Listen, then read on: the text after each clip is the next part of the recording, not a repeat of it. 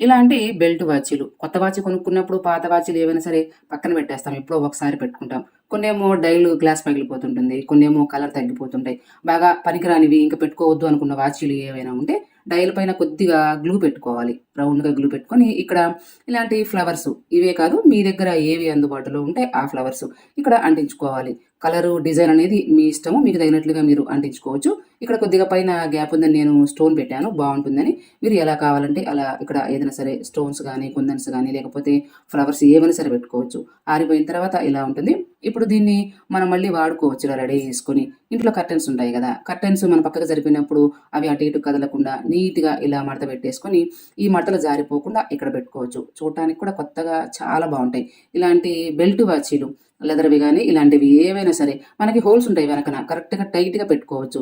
అందుకని ఇలాంటి వాచీలు ఉన్నప్పుడు ఊరికే పక్కన పెట్టకుండా ఇలా కర్టెన్స్‌కి పెట్టుకోవచ్చు. అందంగా ఉంటాయి. ఒకవేళ మీ దగ్గర ఇలాంటి ఫ్లవర్స్ ఏవి లేకపోతే నెట్ బ్యాగులుంటాయి గదా! ఇంట్లో ఫ్రూట్స్‌కొచ్చే బ్యాగులు. ఈ బ్యాగులతో ఫ్లవర్స్ రెడీ జేసుకోవచ్చు. బటర్‌ఫ్లైలు జేసుకోవచ్చు. ఇలా రెడీ జేసుకొని డైల్ మీద అంటించి కర్టెన్స్‌కి పెట్టుకోవచ్చు. ఇలా మనం పెట్టుకోవటానికి అసలు పనికిరాని వాచీలు ఏవైనా ఉంటే కర్టెన్స్ పెట్టుకోవడానికి వీటిని యూజ్ చేసుకోవచ్చు. కొత్తగా, అందంగా చాలా బావుంటాయి.